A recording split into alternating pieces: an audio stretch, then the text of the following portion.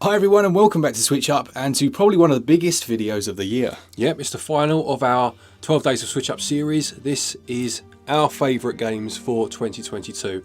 So yesterday you would have seen our subscribers picks.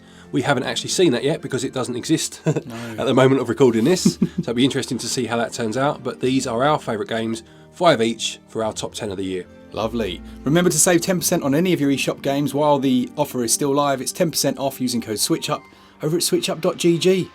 Yeah, so what are our favourite games of 2022? Well, let's find out.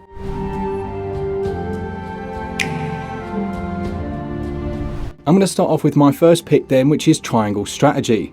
Now, as you all probably know, I absolutely love this game. I think it wouldn't suit everyone, as we always say, because the story is so story heavy. Yeah. I think that would affect you, wouldn't it, Glen? Yeah, I think so. It's I have bought this one actually since you reviewed it, and I've enjoyed my time with it so far, but I do find those story segments a bit much. A bit much for me, yeah, to be fair. It is a very nice game, and there are multiple playthrough opportunities as well, because you can change the path that you travel in terms of the decisions you make, and that changes who survives and who doesn't. So yeah, I really love this one, and certainly up there with my picks for the year. It's awesome to be sponsored by Phoenotopia Awakening, which I gave 92% in our review.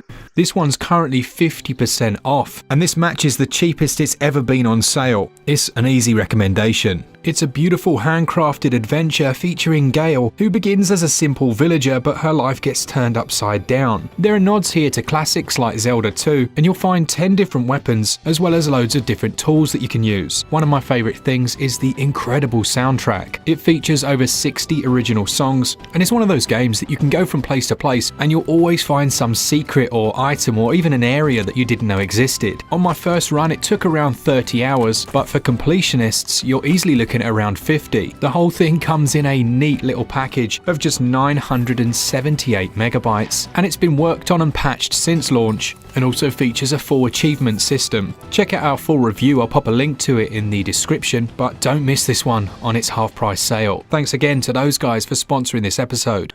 Lovely. My fifth place pick then is a relatively recent game in terms of, you know, my the ones I've played, and it's called Ultra Kaiju Monster Rancher.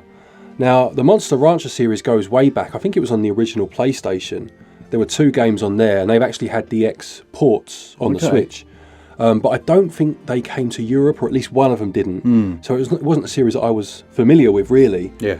But the way they used to work was that you raised a monster or monsters, and then you went into battle with them, and you could use music CDs to import a monster. You know, you'd put it in your PlayStation, and it would create a monster for you. So obviously that had to be taken out of the DX ports because the Switch doesn't have that capability. So it was done via like a digital music store instead. Okay. This new game is actually linked to the Ultraman series. Oh, nice. So I love my kaiju, so it seemed like a good game to pick up. And what it does in this game is that it uses NFC chips.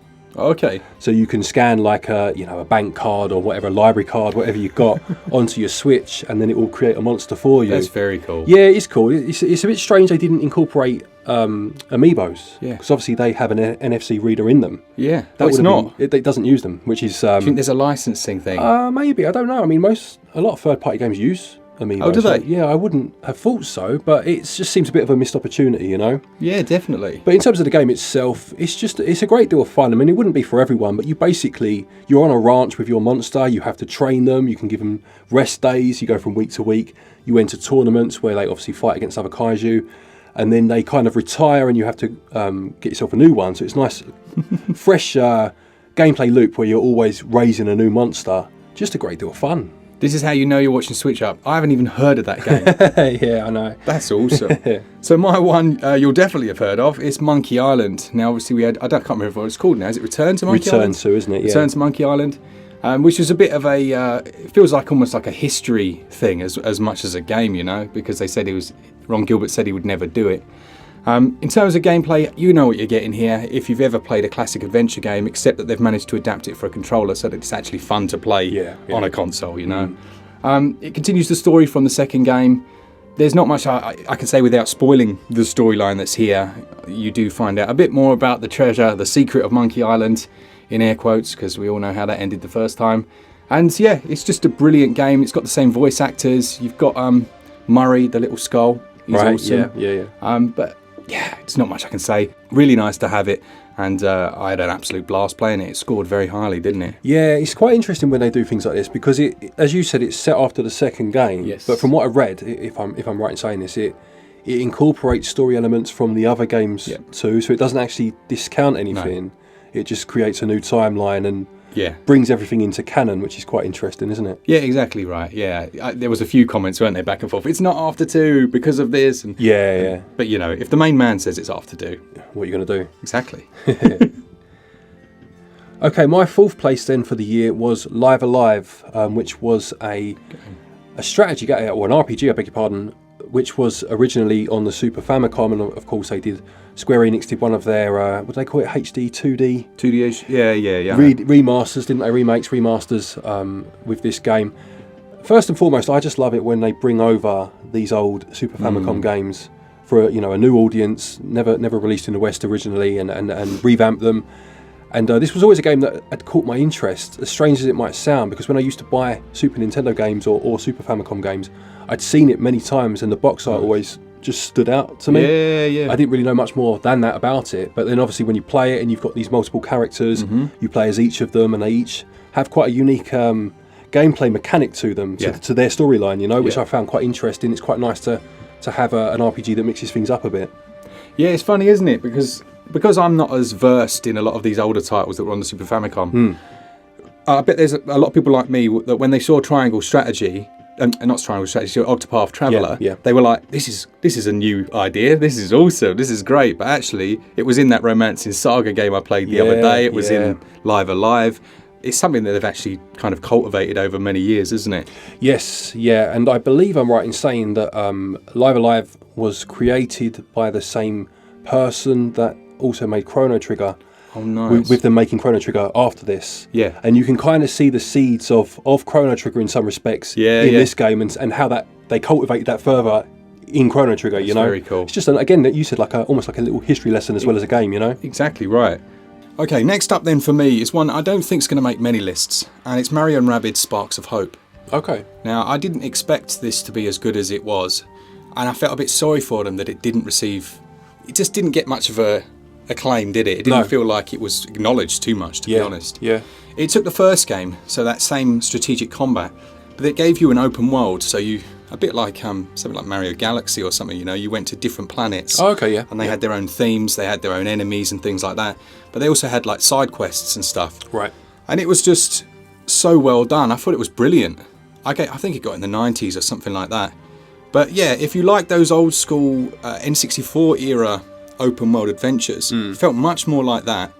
And also what was nice, a little thing, but you actually controlled the character rather than that weird little... Yeah, the little Hoover that floated. Yeah, I know what you mean. Exactly right. So yeah, really enjoyed it, and I'm glad it's made my list. Yeah, I mean, it did look nice. I've played the first one. I haven't played this new one. I'm not a huge XCOM type gamer, if you like. So whilst I appreciate them, I don't play a lot of them. But it does, this Rabbids series they've made, it is strangely endearing, isn't it? When you take the Mario characters and you take those characters that were kind of reviled by everyone, and they seem to have made something good out of it, which is definitely. Yeah, do you reckon we'll ever end up in a game? What, as annoying as the Rabbids? Is that the link that you made? I could be that. I could play that role. Yeah. You could be like the serious one. Yeah. Like Bowser. The serious one, like Bowser, the main antagonist. Yeah, nice. Nice one. Okay, my third place game is Bayonetta 3. Good choice. Now, obviously, I reviewed this for the channel. I think it got 89. I think off the top of my head. Very much enjoyed the gameplay. Fast, furious combat. The story was ludicrous, like nonsensical. I couldn't even follow it.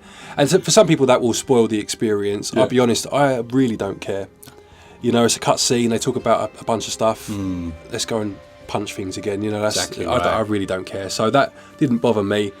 But it was that gameplay that I really enjoyed. Once you got past the first, I'd say, hour, which was too cutscene heavy for me, right, and it started letting you get into it, And I enjoyed the fact that they introduced this new mechanic whereby you had these like monster slaves, I think they were called, like huge, again, like kaiju type monsters, and they would you could call them into battle to fight for you, but sometimes you also use them to solve like minor puzzle elements within the levels. Not a huge amount, but they were there, and it just added something fresh, you know. Yeah, I mean, I'd never really played. I've got Bayonetta 1 and 2, but I'd never put too much time into them. I definitely haven't finished them. Yeah. So playing 3 was the first time in a while that I played the series. And as someone that likes strategic combat, I was surprised by how strategic it is, you know, doing those timed parries and things like that. Yes. I really liked it. Yeah, yeah. So you can...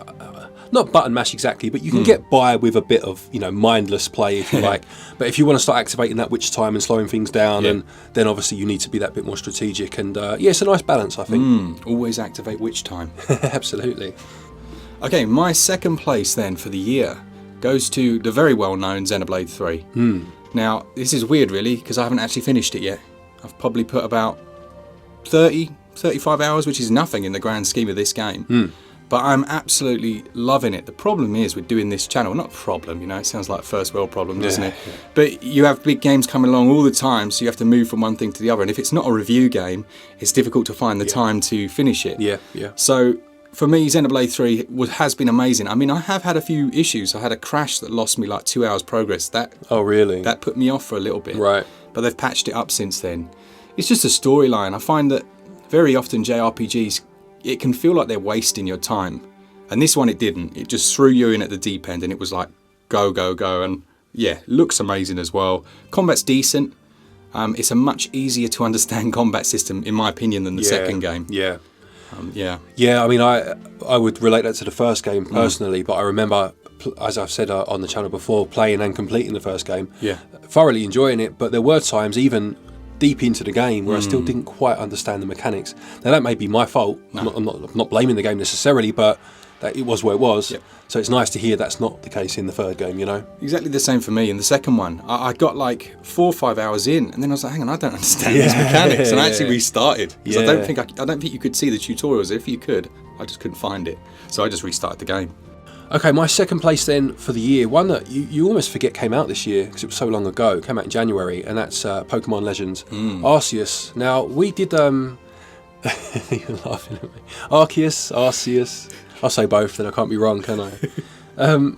We did a video like this about midway through the year where we did our best games of the year so far, as per that point.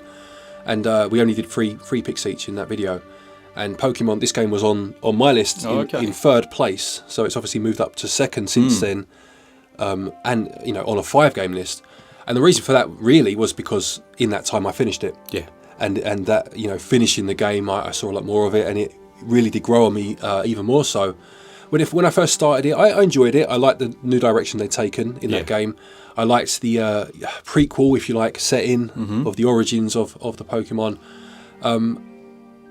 But I was kind of just, you know, milling about, catching a few. I wasn't really getting anywhere. Yeah, and it was only when I went on holiday in August where I could really give it some time and kind of ploughed through the story and finished it off. And I did really enjoy it. There are a couple of things that I didn't think were great, and if they ever do go with this kind of style again, I think they need to improve. I think there are way too many one-hit kills in this iteration, which it can happen in the other Pokemon games, don't get me wrong, but they're so frequent in this one. And also I felt that the final boss, without trying to spoil anything, was a bit of an anticlimax. Right. But, you know... Isn't that so often the way? Yeah. But other than that, I really enjoyed this game, actually, and... obviously the new ones have come out since that have had a bit of flack.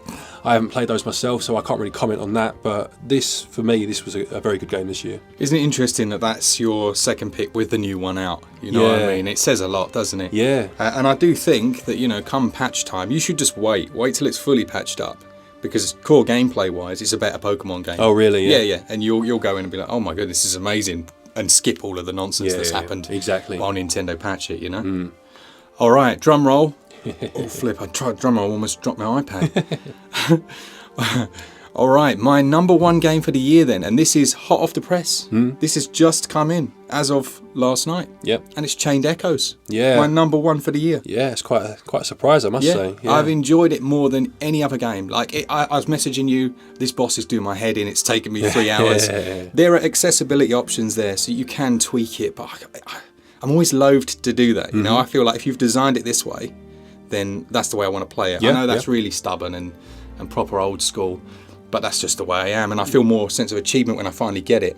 Plus, I said to you yesterday, I wonder if it's to do with a bit like Bravely Default 2, you know, but if it's to do with those mechanics and if I'm not quite getting them. Yes. And while I feel there's an element of RNG in there, just to disclaim myself for not being rubbish, I did find a solution. You know, it involved like keeping one of these, I don't know spoilers, but it involved keeping one of these spirits alive that he'd summoned over here. Okay. And then hitting him at the right time, because then it restored my health, and you know. You can see how it went. That's always that's the thing I love about RPGs. I don't have as much time to play them anymore, as I'm sure lots of people. It's the case with many people. But when you have a boss like that, where there isn't a clear strategy as such, but you find a way, and you have that sense of achievement for finding that strategy. That's when RPGs really shine, isn't it? You know. Yeah, and this guy put 7 years of his life into this game. Oh wow, yeah. 7. Can you imagine doing something for 7 years and not knowing if it was going to succeed? Yeah. And so far, I haven't seen a single review that's less than 90. Nice. And that's nice, isn't it? Yeah, that's really nice. Matthias Linder, he's called, and yeah, he's done a few. He's kind of tied to a few big things. Right. But I think this is going to be this is going to be the one. Yeah. So yeah, for me, Chained Echoes, classic style JRPG, a bit like he referenced Chrono Trigger, Xenogears. Yeah, I mean, it's funny because I watched you play. It was literally 20 minutes, wasn't it, the other day when I popped around for something, and straight away I said Chrono Trigger. It just had that look about it, And if you're gonna take inspiration, take it from that game, because that game is a masterpiece, Definitely. Did you hear the quote that from the start of the review? No, I haven't actually seen the review. So he and I just love this. This kind of summarises it. He said he wanted to create a game that, when you remember back to those old classics, he wanted to create the feeling you get when you remember, rather than the actual game themselves. Yeah. Because you have those rose-tinted glasses, don't you? Yeah, absolutely. Yeah. Nice. So that's my number one. Good stuff. Right, my first pick then, my number one for the year. This was tough, actually, tougher than I thought it was going to be. But it is Teenage Mutant Ninja Turtles: Shredder's Revenge. Now, the reason it's tough, and I'm going to reference another game that's not even in the 5 I've said, which sounds strange, but obviously you had the Cowabunga collection too, and they almost share first place, I must say, because Cowabunga collection has got Turtles in Time on it, and that's my favourite game of all time, so it instantly elevates it. But I was trying to be a bit more objective, even though this is my list and it doesn't matter, but Shredder's Revenge takes everything that those old beat-em-ups did, and it does it better. Yeah. And credit where it's due. Sometimes you need to, give credit. And I love the fact that it pays such fond homage to those games. Yeah. But also that it's very respectful of its source material, being the cartoon. Right. I grew up, same as you, I'm sure. Grew up with the cartoon, and it's the way it treats it, the way it picks characters, like some of the enemies, some of the bosses you fight, are enemies that were in it for 1 or 2 episodes tops. But they've taken the time to include them. It's just top notch. Lovely. Every time you talk about Turtles, you suddenly turn into a 10-year-old. I know. I can see it in your face. Yeah. Like you just. It's funny because obviously there were a bunch of cartoons and stuff back in the day that you watched and enjoyed. He-Man, Transformers, Ghostbusters, whatever. I'm sure that you could reel off a whole list of them, but something about the Turtles always resonated with me, and still does to this day. And I've got kids now, and they enjoy it too, which is lovely. We play this game together, and this is just a very good beat 'em up. And it's funny because when it comes to beat 'em ups, I do actually prefer the kind of slower paced Streets of Rage. Yeah. But Turtles in Time isn't that at all back in the day, but was my favourite, and this isn't either. It's much more manic. Yeah. But there is something about that style that can grab me when the time is right, and the stars align, and those games that just do it. Lovely. All right, so that is our best games of 2022. Yeah, it was tough picking actually. I mean, I had a few other games that nearly made the list. Things like Sifu. Yes. Good game. Very good game. So it was tough, but I think on balance, these are some good games, aren't they? Yeah, and it's nice because I don't think this is an obvious list. There's some I in wouldn't there, say so. Yeah, but not all of them. Yeah, and it will be interesting, as I said, to see the subscriber list, because we haven't actually got as far as doing that one yet. We've done them out of sequence, so it'll be interesting to see how they stack up. you know, happy Christmas to everyone. I hope you enjoyed this series. We do really enjoy making it. It's the second year we've done it. And yeah, it's a great deal of fun. Ho, ho, ho. That's what he said, yeah. Who's signing off? Well, I mean, you do get your share of the limelight when it comes to that, You reckon? don't you? Yeah, I reckon you kind of monopolise that with your with your saying. But since it's Christmas, Yep. Go on, I'll let you do it. Thanks to all of you that watch the channel, to our subscribers, to anyone really that enjoys what we do. Yeah, it's absolutely. massively appreciated. And yeah, for all things Switch all the time, keep it Switch up. Cheers, guys. See ya!